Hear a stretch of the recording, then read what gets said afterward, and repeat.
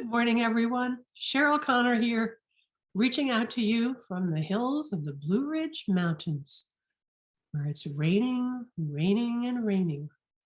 Hope you're well today and enjoying your world. Today is the second in a four-part series on the Four Immeasurables. As some of you know, I spent quite a few years exploring Tibetan Buddhism and studying with the great master, His Eminence Chagdud Tukul Rinpoche. And it is one of the major streams of wisdom in my life, as are the many years I was raised in a liberal Christian home where I studied a great deal about Jesus and followed his message. But I think all the great religions have one message of loving and respecting one another. In these four concepts, this four-part series here called the Four Immeasurables. The word immeasurable means it's just the significance of actually living these qualities and being these qualities can have an immeasurable impact on your life. So in the last segment, I shared with you the notion of equanimity, that can we rest in a place of peace in our daily life with regard to humans and our experience, that we liberate ourselves from needing to judge the situation, find ourselves in a better position or a lower position. Today's second immeasurable is compassion. So, I'm sure that also online you could find 100 definitions of what compassion is. For me, and from the teachings on this Four Immeasurables, compassion is actually the ability to connect to the suffering of others and to wish for their suffering to end. Connecting with the suffering of others, not necessarily taking it on, but having a heartfelt desire that their suffering would end. This is a little different than pity, where you go, oh, woe is, oh, poor Sally. Because in a way, that's a little bit more like equanimity. You're just sort of thinking, oh, I'm in a better position than she's in. Too bad she's in that lower position. This compassion is not pity.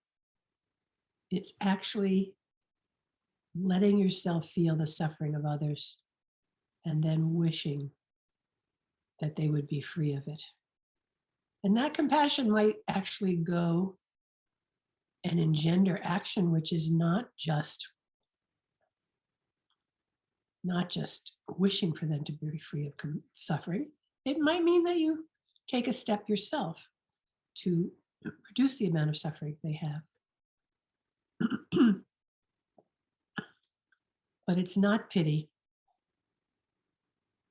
and it's not judgment.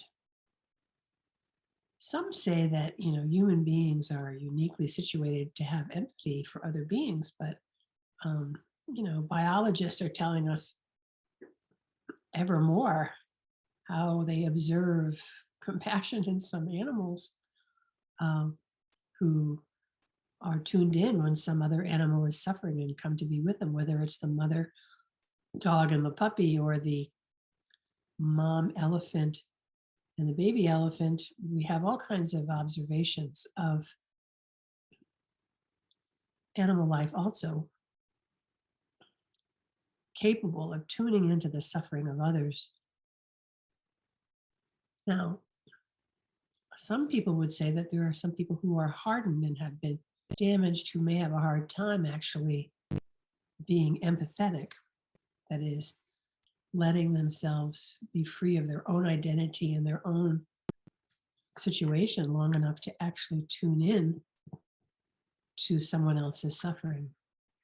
I think most people can tune into other people's suffering. I do believe that there are some people whose hearts have been so hardened that they may find a hard time putting themselves in other people's shoes. I'm sure you've known some people who you wish could be more empathic or compassionate to you or to others. So there may be some limits to what some people are capable of doing, given their own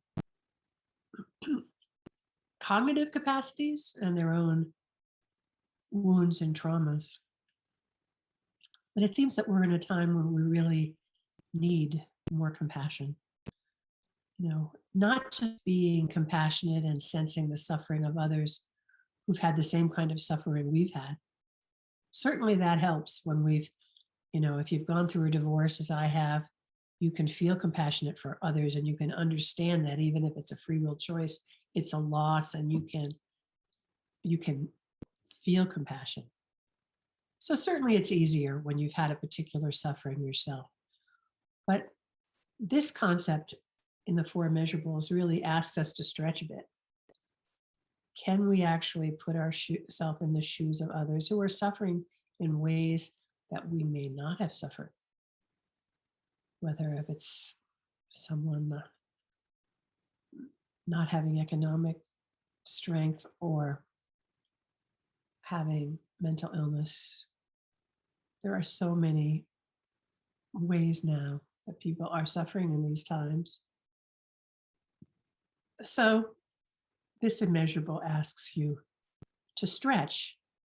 Can you find yourself being compassionate to others who have sufferings that are not just like the ones you've had, but are actually different from the ones you've had? Different from the ones you've had. That's a true indicator that your capacity for compassion is growing. So have a good week. Just notice the patterns. Where do you find yourself compassionate easily and where is it more difficult? Have a wonderful week.